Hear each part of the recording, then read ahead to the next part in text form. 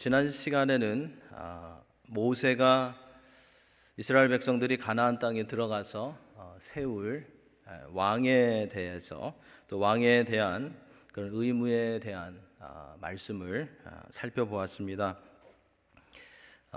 구약에서 왕하고 같이 나오는 파트너들이 있죠. 왕이 나왔으면, 답이 딱 안 나오시네요. 왕이 나왔으면 제사장과 선지자가 함께 나옵니다. 그렇죠? 그래서 지난 시간에는 왕에 대한 그런 규례를 살펴보았고요. 자, 오늘은 제사장에 관한 규례, 그리고 다음에 기회가 될 때에는 선지자에 대한 그런 규례에 대해서 우리가 살펴보려고 합니다. 종교 지도자적인 위치에 있는 이 제사장과 오늘 본문에 나오는 레위인은 종교적인 직무를 담당하도록 하기 위해서 하나님께서 특별히 구별한 사람들이었습니다. 오늘 본문의 전반부에서는 제사장의 분깃 또는 기업과 레위인의 중앙성소 진출에 관한 그런 규례가 주어지고 있습니다. 당시의 제사장은 나라의 예배 때 여러 가지 의식을 수행하는 사람들이었고요. 조금 쉽게 말하면 이스라엘의 목회자라고 그렇게 볼 수 있습니다. 영적인 상담자였습니다. 따라서 그들은 생업을 위해서 일할 시간적인 그런 여유가 없었습니다. 그렇기 때문에 그들에게는 생계를 위해서 경작할 땅이, 기업이 주어지지 않았습니다. 하지만 그들에게도, 레위인들에게도 먹고 살아야 되니까요, 일용할 양식을 위해서 분깃이, 어떤 그 포션이 주어졌는데 그것은 하나님께 드려진 11조와 각종 예물들로부터 나오는 것이었습니다. 그러니까 레위 지파는 세상에서는 기업이 주어지지 않았지만 일용할 양식을 채워주시고 공급하시는 하나님이 그들의 기업이 되셨던 것입니다. 우리 성도님들은 어떤 것이 더 좋겠습니까? 이것이 당신의 기업입니다라고 하면서 땅을 나누어 주는 것과 하나님이 당신의 기업입니다 하면서 아무것도 주지 않는 것, 자, 어떤 것이 더 좋으시겠습니까? 답하기 쉽지 않은 그런 질문입니다. 그것이 구약의 제사장과 레위 사람들에게 적용되는 것이었습니다. 제사장과 레위인들의 주요 미션은 다른 사람들의 영적인 필요에 집중하는 것이었고, 그렇게 할 때 하나님께서 일용할 양식과 필요를 공급해 주시는 것이었습니다. 이것이 사실은 하나님께서 공급해 주시는 것이기 때문에 이 땅에 어떠한 그런 땅을 받는 것보다도 훨씬 더 안전하고 확실한 공급을 받는 것이었습니다. 이러한 내용들을 우리가 조금 더 넓게 이제 레위인뿐만 아니라 제사장뿐만 아니라 하나님의 자녀들에게 적용을 해보면 마태복음 6장 33절의 말씀과 잘 연결이 될 수 있을 것 같습니다. 다 아시는 그런 말씀이죠. 한번 외워볼까요? 마태복음 6장 33절 말씀. 그런즉 어떻게 나가죠? 그런즉 너희는 먼저 그의 나라와 그의 의를 구하라. 그리하면 이 모든 것을 너희에게 더하시리라. 자, 우리가 오늘 이 본문과 마태복음 6장 33절의 말씀을 잘못 이해해서 하나님께 열심히 드리고 봉사하고 헌신하면 내가 원하는 것을 다 채워주신다라고 생각하면 큰 문제가 되지만, 내가 모든 것을 주님께 맡기고 주님을 위해서 살 때 나의 필요를, 나의 니드를, 나의 원트가 아니고요, 나의 니드를, 나의 필요를 신실하신 하나님께서 채워주신다라는 이 믿음은 굉장히 귀한 그런 믿음이 되는 것입니다. 구약시대 당시의 제사장들, 레위인들은 이러한 믿음으로 하나님과 이스라엘 백성들을 섬겼던 것입니다. 그리고 그렇게 섬겨야 했던 것입니다. 5절에 가보면 레위인들은 이런 말씀이 나오죠. 항상 여호와의 이름으로 서서 섬기게 하셨다라고 했습니다. 항상 여호와의 이름으로 서서 섬기게 하셨다. 서서 섬긴다라는 말은 충성되고 헌신되고 순종하는 그런 마음을 가진 하나님을 섬기는 사람들을 묘사해 주는 그런 표현입니다. 그리고 여호와의 이름으로 섬긴다라는 것은 하나님의 임재 안에서 하나님의 뜻을 분별하면서 하나님이 명하시는 대로 순종할 준비를 하고 있다라는 그런 표현입니다. 그러니까 제사장과 레위인들은 왕이신 하나님의 명령을 받고 움직이기 위해서, 순종하기 위해서 항상 대기하고 있었다라는 그런 말씀입니다. 항상 여호와의 이름으로 서서 섬기게 하셨다라고 말씀하고 있습니다. 이러한 구약의 제사장과 레위인들의 위치를 우리들하고 좀 연결해 볼 수가 있는데요.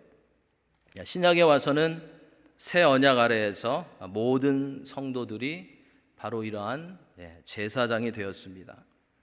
오늘날의 성도들도 우리들도 구약시대의 레위인처럼 하나님을 섬기도록 세상으로부터 거룩히 구별된 영적인 제사장이 되었습니다. 베드로 전서 2장 9절에서는 이렇게 말씀합니다. 그러나 너희는 택하신 족속이요 왕같은 제사장들이요 거룩한 나라요 그의 소유가 된 백성이니 이는 너희를 어두운 데서 불러내어 그의 기이한 빛에 들어가게 하시니에 아름다운 덕을 선포하게 하려 하심이라 라고 말씀하고 있습니다. 이 말씀에 의하면 우리도 제사장들입니다. 신약에 살고 있는 우리들 성도들은 그리스도의 구속 사역을 통해서 하나님의 존전에 직접 나아가서 하나님을 예배할 수 있는 자들이 되었기 때문에 제사장이 된 것입니다.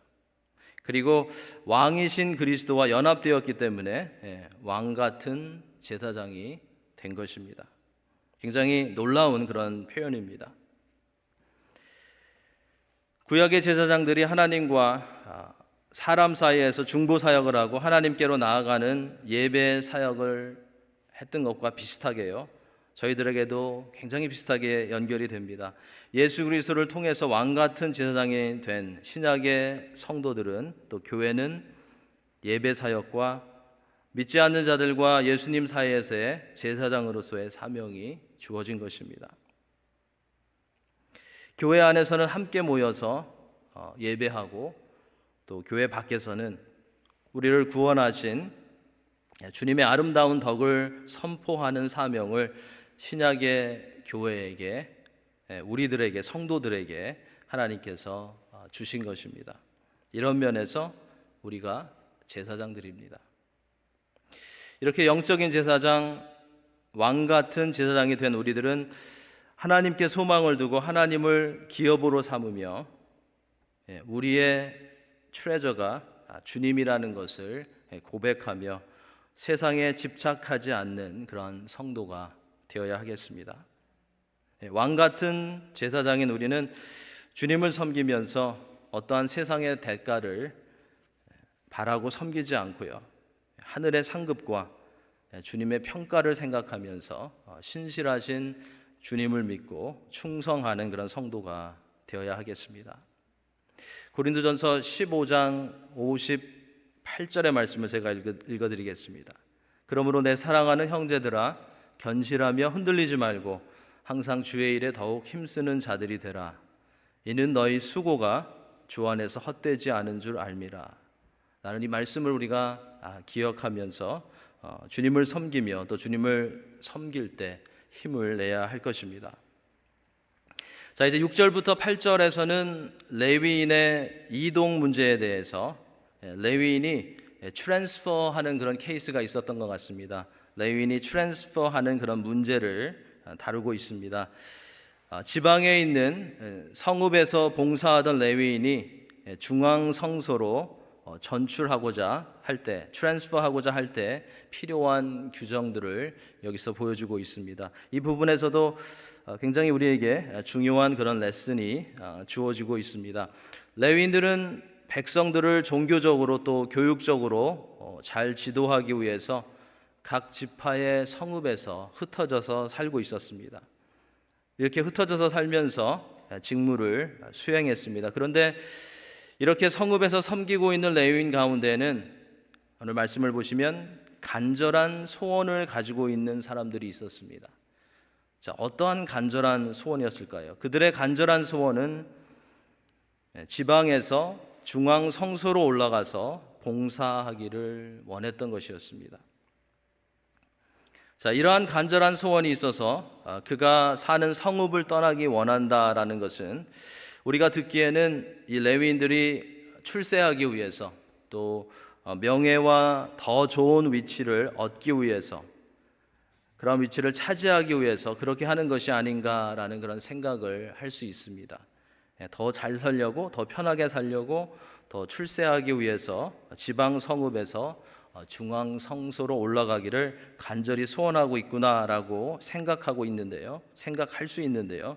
그런데 오늘 본문에 나오는 이 레위인들의 중앙 성소에서 섬기기 원하는 갈망은 시편 84편 2절에서 말하고 있는 순수한 동기 때문이었습니다. 제가 읽어드리겠습니다.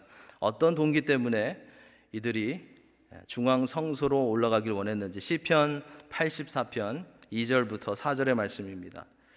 내 영혼이 여호와의 궁정을 사모하여 쇠약하며 내 마음과 육체가 살아계시는 하나님께 부르짖나이다. 나의 왕 나의 하나님 만군의 여호와여, 주의 제단에서 참새도 제 집을 얻고 제비도 새끼들 보금자리를 얻었나이다. 주의 집에 사는 자들은 복이 있나니 그들이 항상 주를 찬송하리이다. 자, 바로 이러한 간절한 소원을 그들이 가지고 있었던 것입니다. 여기에 나오는 레위인들은 하나님을 성전에서 중앙 성소에서 예배하고 싶어서 성전에서 집을 짓고 사는 참새와 제비가 부러울 정도였습니다. 그만큼 하나님을 사모했습니다. 그만큼 성전에서 하나님을 섬기고 싶어하는 순수한 열정이 있었던 것입니다. 그래서 이러한 순수한 종교적인 열정이 있어서 중앙 성소에서 섬기기를 원한다면 그렇게 하기를 허용하는 그 규정이 오늘 본문에서 주어지고 있습니다. 자, 이어지는 말씀을 보면 성읍에서 올라왔어도 중앙 성소에서 여호와 앞에 서는 것은 중앙 성소에서 이미 섬기고 있는 모든 형제 레위인과 같이 섬길 수 있다고 했습니다. 성읍에서 올라왔어도 이미 중앙 성소에서 섬기고 있는 다른 레위인과 같이 섬길 수 있다라는 그런 규정이 주어집니다. 그리고 8절에서는 지방에서 올라온 성읍에서 올라온 그 사람의 몫은 중앙 성소에서 섬기고 있는 다른 레위인의 몫과 같아야 된다라고 말씀하고 있습니다. 자, 이것은 차별하지 말라는 그런 규정입니다. 중앙 성소에 있는 레위인들은 성읍에서 올라온 레위인들을 힘들게 하고 차별하지 말아야 한다라는 그런 명령이 여기서 내려지고 있습니다. 중앙 성소에서 오랫동안 섬겼던 제사장들은 교만함 가운데 지방에서 올라온 레위인들을 무시할 수 있었습니다. 그들을 시기해서 섬김의 기회를 많이 주지 않을 수도 있었습니다. 필요한 물질도 불공평하게 분배할 수도 있었습니다. 오늘 본문은 주님을 함께 섬기면서도 버리지 못하는 이러한 교만함과 시기심과 차별에 대해서 엄하게 경고하고 있는 것입니다. 이러한 문제들이 구약시대의 레위인들, 제사장들에게 있었다는 것이 참으로 놀랍습니다. 하나님을 두려워했던 그들 사이에 이러한 문제들이 있었다는 것, 굉장히 놀라운 그런 사실입니다.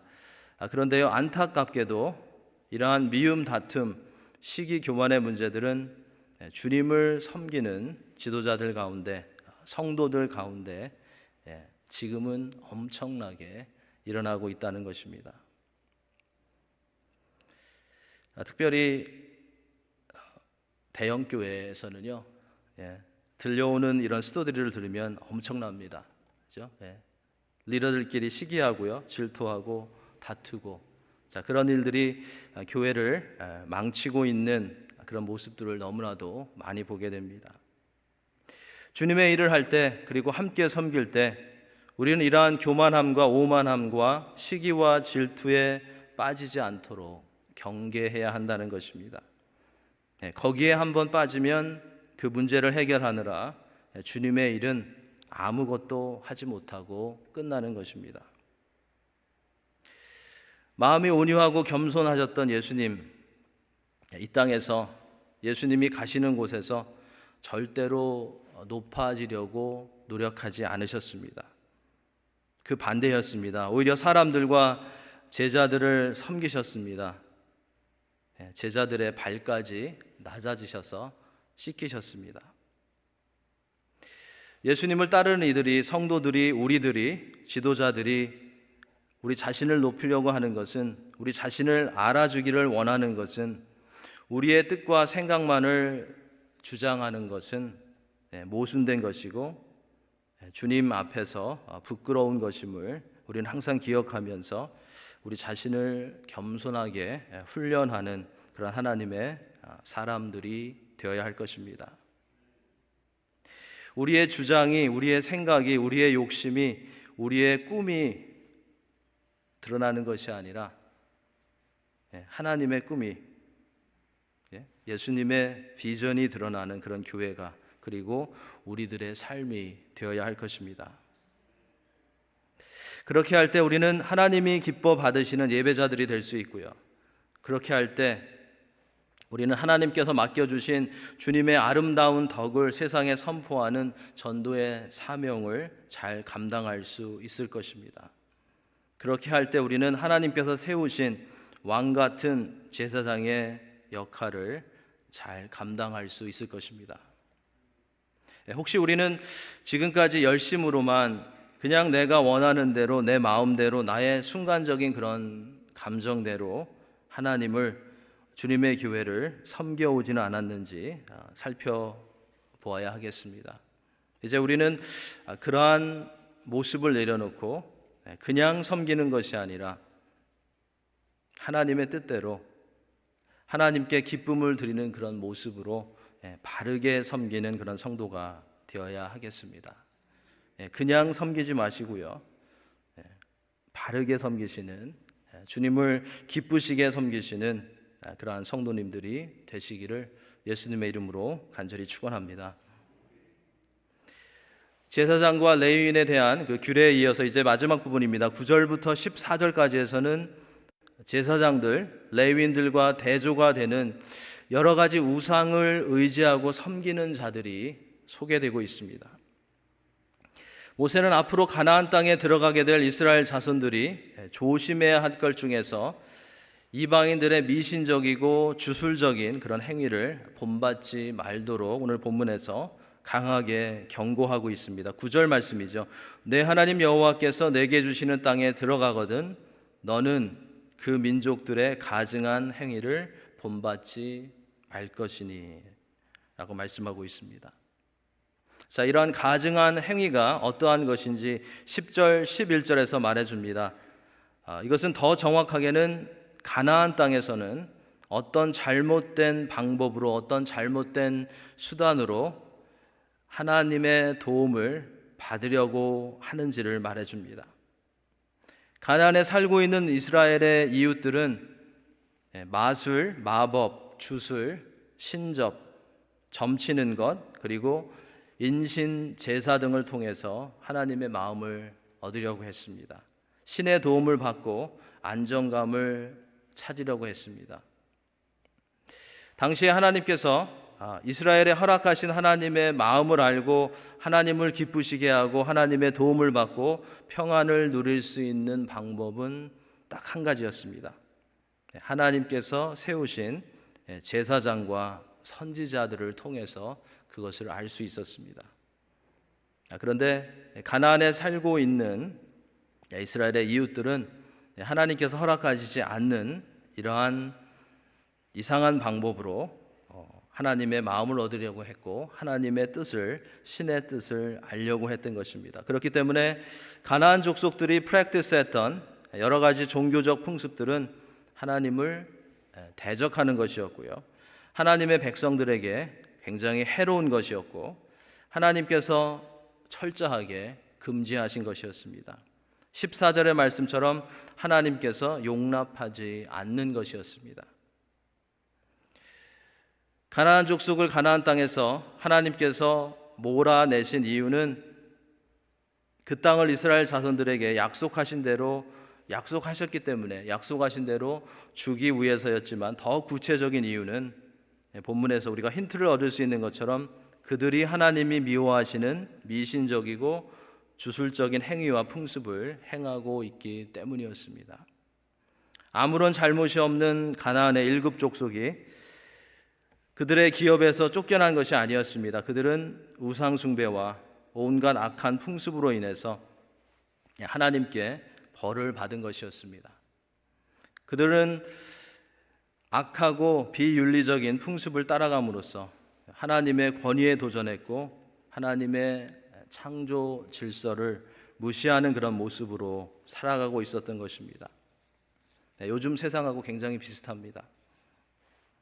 그래서 우리는 이러한 말씀을 볼 때마다 하나님께서 지금 얼마나 인내하고 계신가, 하나님께서 얼마나 죄인들이 돌아오기를, 또 세상이 하나님께 굴복하기를 얼마나 기다리고 계시는가를 생각해 볼 수 있습니다.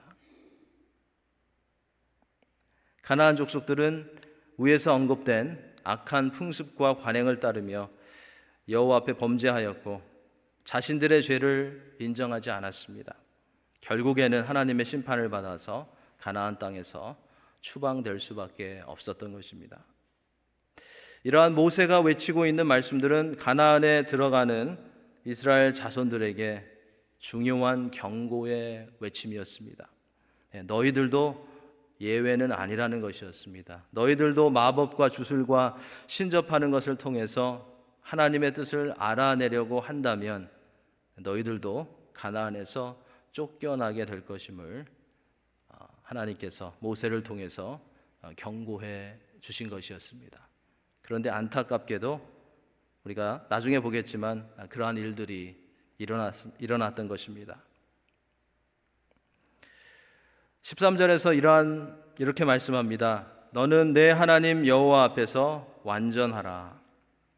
먼저 이 말씀은 오늘 본문 안에서 해석을 한다면 하나님께서는 이스라엘 백성들이 여호와 하나님이 아닌 다른 것을 의지하는 행위에서 완전할 것을, 철저하게 떠날 것을, 그것에 인볼브 되지 말 것을 말씀하신 것입니다. 그렇죠? 너희는 완전하라. 그리고 내 하나님 여호와 앞에서 완전하라라는 또 다른 의미는 하나님으로 더불어서 완전해야 한다라는 것을 말씀하고 계신 것입니다. 하나님의 백성들은 거룩하신 하나님의 성품을 닮아서 거룩함을 유지해야 한다는 것입니다. 이 말씀 우리에게 그대로 적용해도 좋을 것 같습니다. 세상에 무너져 가고 있는 그런 많은 죄악된 그런 모습 가운데 너희는 완전하라. 철저하게 떠나라. 그것에 인벌브 되지 말라라는 말씀으로 우리가 받아들일 수 있을 것 같고요. 내 하나님 앞에 완전하라는 또 다른 의미로 너희는 하나님의 백성들이기 때문에 거룩하신 하나님을 닮아서 완전하라는 그런 말씀으로 우리에게 그대로 적용할 수 있을 것 같습니다. 오늘날의 성도들도 교회도 거룩함을 유지해야 하는데 우리가 너무나도 잘 알듯이 이것은 우리의 노력과 어떠한 테크닉으로만 되는 것이 아니라 우리를 돕기 위해서 보내주신 보혜사 성령님의 도우심과 인도하심을 우리가 따라갈 때 가능할 수 있습니다. 우리는 거룩해질 수 없지만, 우리는 할 수 없지만 우리를 온전케 하시는 완전하신 예수 그리스도를 우리가 의지할 때 우리도 변화되고 온전해질 수 있는 것입니다. 우리는 연약하지만, 우리는 넘어지지만, 우리는 온전할 수 없지만 예수님을 통해서 그렇게 될 수 있다는 바로 그곳에 우리의 소망이 있는 것입니다. 오늘 본문의 말씀을 통해서 제사장과 레위인들에 관한 그런 규정에 대해서 살펴보았습니다. 하나님께서 이스라엘 중에서 연약한 레위 지파를 구별해서 특별히 하나님을 섬길 수 있도록 한 것처럼 우리가 왕 같은 제사장이 된 것은 우리가 잘나서도 아니고요, 도덕적으로 우리가 깨끗하고 뛰어나서도 아닙니다. 우리의 믿음이 탁월해서도 아닙니다. 우리가 예수님을 믿고 왕 같은 제사장이 된 것은 하나님께서 기쁘신 뜻 가운데 우리를 택해 주셨기 때문입니다. 하나님께서 불러주셔서 하나님의 소유된 백성, 왕 같은 제사장이 된 우리는 하나님께서 가르쳐 주신 방법대로 그리고 바른 동기로 하나님의 나라와 주님의 교회를 섬길 수 있어야 하겠습니다. 하나님의 백성들, 하나님의 자녀들, 성도들은 이제 주님을 섬기되 하나님께서 기뻐하시는 것이 무엇인지 항상 살펴서 하나님께서 기뻐하시는 것에 집중할 수 있어야 하겠습니다. 그렇게 할 때 우리는 순수한 열정과 동기로 섬기며 하나님께 영광을 돌릴 수 있을 것입니다. 하나님을 섬기고자 하는, 또 하나님을 섬기는 많은 사람들이 있습니다. 교회에도 많은 직분자들이 있고 많은 리더들이 있습니다. 그런데 우리가 하나님께서 기뻐하시는 것이 무엇인지 알지 못할 때에는 하나님의 방법이 아니라 우리의 마음대로, 하나님께서 주시는 순수한 열정이 아니라 우리의 열정대로, 또 하나님께서 가르쳐 주시는 그런 동기가 아니라 우리가 이루기 원하는 그런 것을 향한 동기로 섬기는 그런 실수를 많이 할 수 있다라는 것을 우리 오늘 말씀을 통해서 꼭 기억해야 하겠습니다. 하나님께서 여러분들에게 주신 왕 같은 제사장이라는 직분, 성도라는 직분을 순수한 동기와 믿음으로 잘 감당하셔서 주님께 기쁨을 드리고 주님의 몸된 교회를 건강하게 세우고 하나님의 나라에 큰 영향력을 끼치는 그런 하나님의 사람들, 또 하나님의 자녀들이 다 되시기를 예수님의 이름으로 간절히 축원합니다. 우리 합심해서 말씀과 연결해서 잠시 동안 기도하기를 원합니다.